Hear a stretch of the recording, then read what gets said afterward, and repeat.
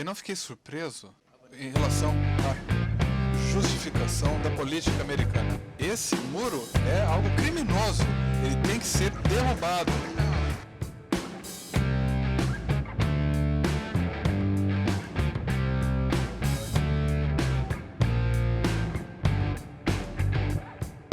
El liberalismo no es una ideología, es una doctrina que está esencialmente unida a la idea de la libertad. El liberalismo defiende que la libertad es una sola, que no puede haber libertad en el campo político si no lo hay en el campo económico, en el campo social, en el campo cultural. Income per head in places like England or Russia or even China or India has increased enormously.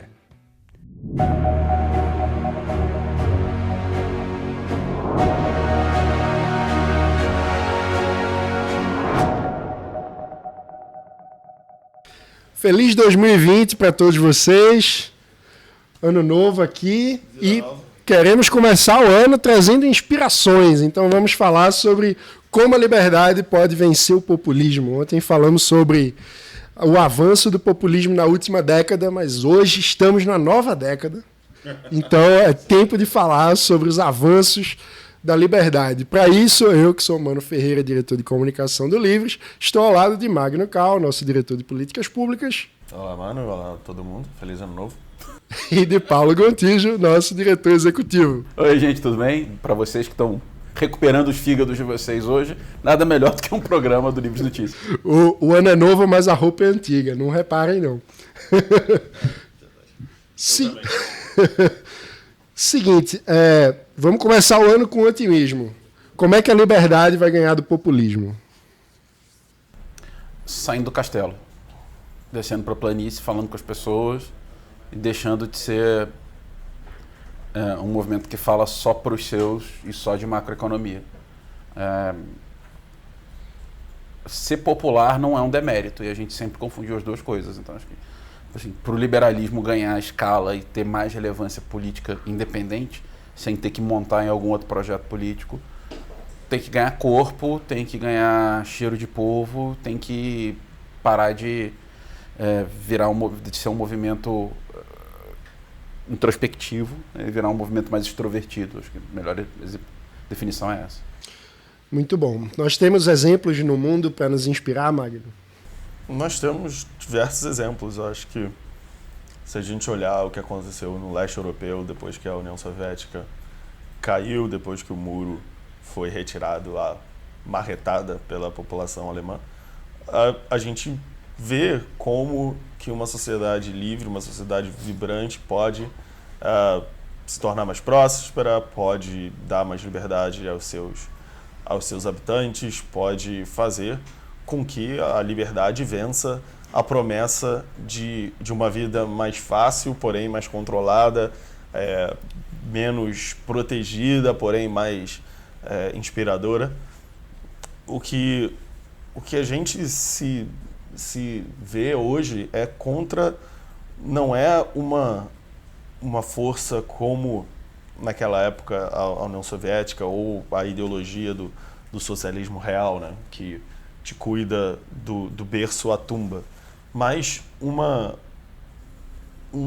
quase que um senso, um espírito de que a civilização falhou, né? É uma coisa de que todo mundo se deu bem ou que poucos se deram bem, o que os outros se deram bem, menos eu, logo você tem direitos, o mundo te deve favores, né? O mundo te deve coisas. E nós temos uma geração de pessoas que acham que o mundo lhe deve coisas, que outras pessoas têm coisas melhores do que elas, logo a sociedade, a civilização fracassou, mesmo, claro, que de posse dos números e dos fatos, a gente sabe que isso não é verdade, mas há um mal-estar. No outro programa a gente falava da evasão de vagas de emprego industriais, que eram característica dos países mais ricos, que davam estabilidade, que davam segurança e que traziam bons rendimentos para outros países. Eu acho que há nesses países a sensação de que perderam alguma coisa, há inclusive no Brasil a sensação de que estamos ficando para trás, que estamos perdendo a esperança que havia ali há 10 anos, talvez, 2010, que a gente estava finalmente chegando ao grupo dos países mais ricos. Foi se dissolvendo aos poucos e a gente chega em 2015 mergulhado numa recessão. Acho que hoje ninguém mais tem esperança de que a gente esteja para entrar no grupo dos países ricos, porém, somos ainda atraídos pela aquela memória idealizada. Então, as pessoas costumam lembrar que a gente viveu momentos de glória, quando, na verdade, a gente teve um pequeno voo de galinha ali em algum momento, e hoje a gente está de volta à posição que a gente sempre esteve, que é ali brigando contra políticas econômicas horríveis, contra o desemprego de 2 dígitos e tentando sobreviver. Basicamente, a gente entrou no cheque especial e gastou tudo numa noitada, né? Então, a ressaca é longa. A gente recebeu o cartão de crédito e saiu gastando. E aí depois, agora, aparentemente a culpa não é de quem gastou o cartão de crédito, mas de quem disse, olha gente, eu estou olhando aqui os boletos, eu acho que a gente gastou demais. Parece que o dinheiro acabou. Né? A culpa acaba sendo do mensageiro, né? Amanhã a gente vai aprofundar nesse aspecto da década perdida de 2010 e como fazer com que 2020 não se torne uma década perdida, mas eu queria aprofundar um pouco nesse outro aspecto que você trouxe, Magno, sobre essa sensação de um retorno a um passado idealizado que, no fim das contas, a gente sabe, não é algo racional, né? É uma questão muito mais afetiva. E eu queria trazer Gontijo para a conversa. Como é que o liberalismo pode tratar com o afeto das pessoas de modo a desarmar esse saudosismo em nome de uma esperança no futuro? E aí eu já trago uma inspiração provocadora. Há alguns séculos atrás, o escritor francês Victor Hugo, que era um profundo liberal, disse que o romantismo nas artes era a expressão artística e poética do liberalismo como ideia, como corpo intelectual. Por que hoje a gente tende a ver o liberalismo somente como um aspecto racional e incapaz de lidar com os afetos das pessoas? Como fazer com que, no lugar de inspirar somente desamparo e a sensação de que o dinheiro acabou e as contas são essas e o mundo é horrível, como fazer com que a liberdade inspire as pessoas para esses outros aspectos maravilhosos da liberdade? Acho que tem uma trincheira cultural que foi perdida e alguns momentos, como a gente aqui no Livros tentam recuperar, mas que foi olhada com muito pouco cuidado ao longo do século XX e foi apropriada pela esquerda. Então, você fala de libertação das pessoas, direitos humanos, abolição da escravatura, sufrágio universal. Nenhuma dessas bandeiras é classicamente reconhecida como liberal mais. E deveria ser. Você tem que fazer uma recuperação dessas coisas. Mas, basicamente, política tem a ver também com qual é o futuro que você tenta construir junto às pessoas. Né? E qual é o norte que você está apontando. O nosso norte, ele sempre foi um norte muito pouco... no Brasil, muito pouco atraente. Quer dizer, no leste europeu, quando você tem um norte que é a libertação da opressão, isso é muito... tem muito apelo para as pessoas se juntarem. É muito claro, é muito objetivo, todo mundo sente na pele, é compartilhado por muita gente. E no Brasil a gente não conseguiu fazer isso. Sim, lutar contra déficit, abrir o comércio, todos são argumentos, muito embora racionalmente fazem todo sentido do mundo, isso não significa mais prosperidade, fazer com que vocês enriqueçam juntos. A gente sempre vai pelo lado racional e a gente esquece que é preciso traduzir isso.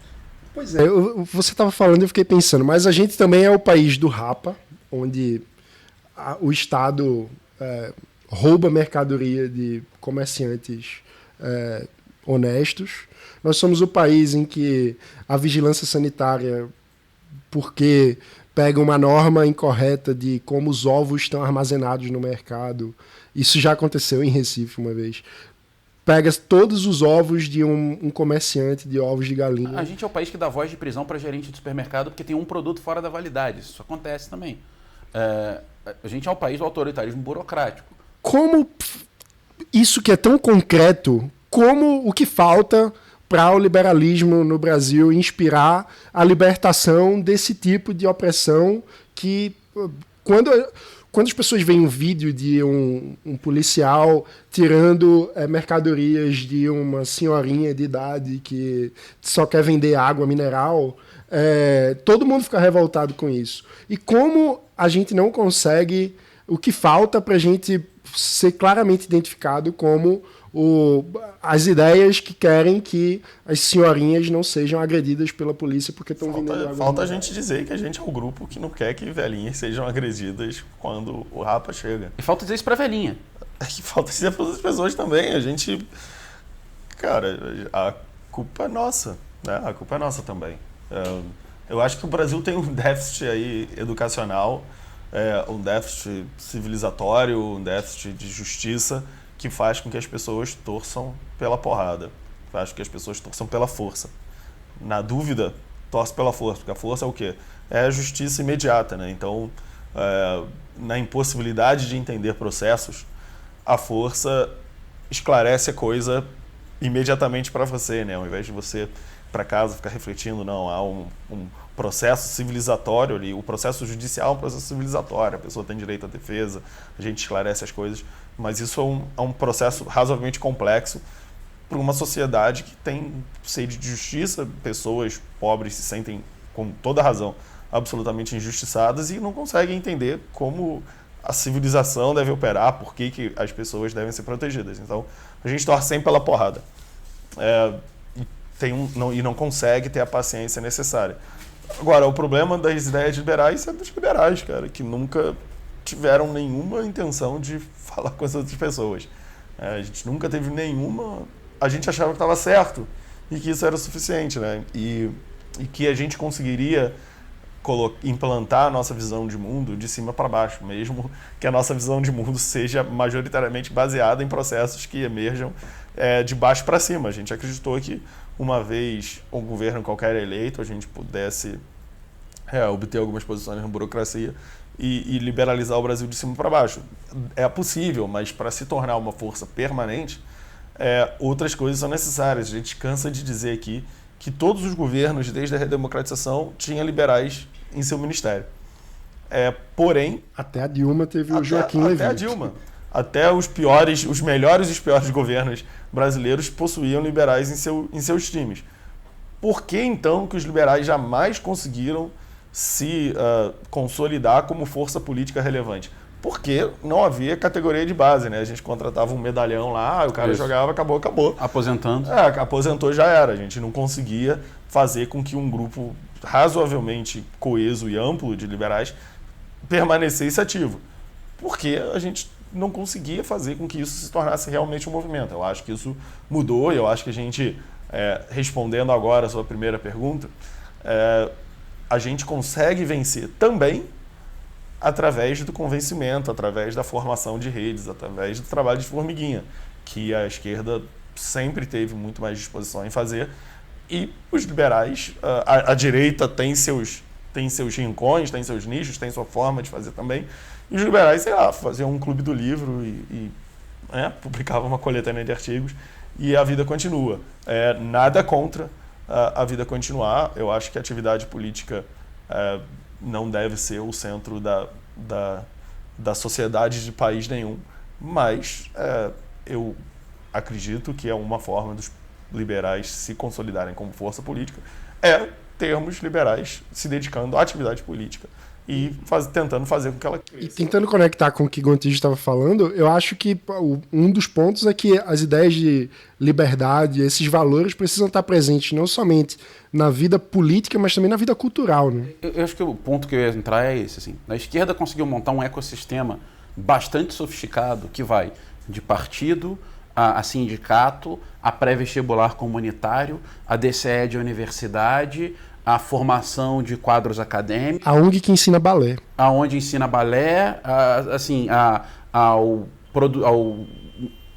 kit de alimento do Sem Terrinha. Tudo isso a esquerda consegue conectar num processo político e em projetos de poder.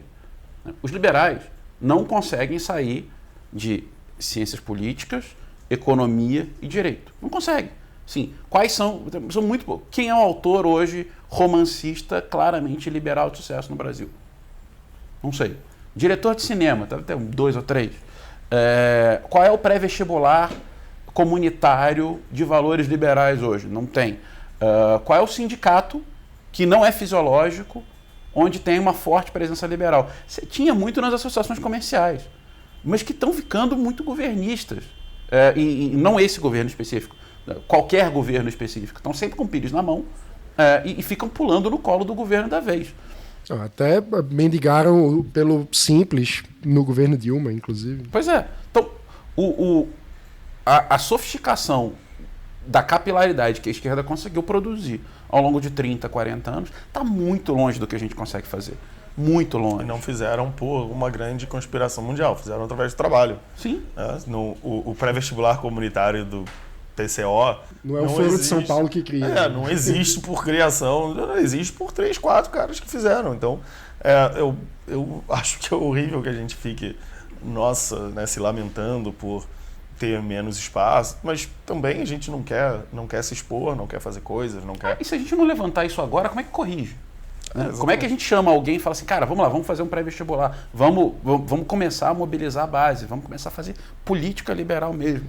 O liberal tem um certo nojinho, acha que toda política a gente está... E no fim das contas, essa é a missão do Livres, né? Também, né? Também, é a missão de muitos outros. É por isso que a gente incuba um projeto como Embaixadores Livres, por exemplo. É a missão de muitas outras organizações, e que algumas que estão aí tentando se comunicar com outros grupos, tentando sair da toca, mas há muitos também que acreditam que o nosso papel é ficar ecoando as mesmas coisas para sempre e ficar esperando que o mundo reconheça que estamos certos. Como um amigo meu que é muito talentoso, mas que permanece marcando passo porque ele acredita que o mundo um dia reconhecerá que ele é muito bom. Ao invés de sair apresentando o trabalho dele por aí, ele se sente quase injustiçado esperando. Ele quer que o reconhecimento bata na porta. Bate a porta dele dizendo, olha, olá, tudo bem, você é muito bom, vem aqui. E não é assim, né? A gente tem que sair, tem que se expor, vai tomar uns tombos, mas foi assim que a gente passou a existir. E eu acho que é assim que a gente vai crescer. Por isso, se você está disposto a colocar a mão na massa e fazer a liberdade acontecer na prática, no Brasil, se junte ao Livres. 2020 é um ano que começa hoje e é um ano em que o Livres vai trabalhar muito para fazer o liberalismo ser defendido por inteiro e na prática para todos e em todo o Brasil. Portanto, se junte. Se ainda não for um associado, se torne através do site eusolivres.org/participe. Se ainda tiver na dúvida, se inscreve aqui no canal e continue acompanhando o nosso trabalho. Certamente, esse ano, a gente te convence a entrar nessa luta com a gente. Então, é isso. Obrigado, Gontijo, Magno. Obrigado. Até amanhã.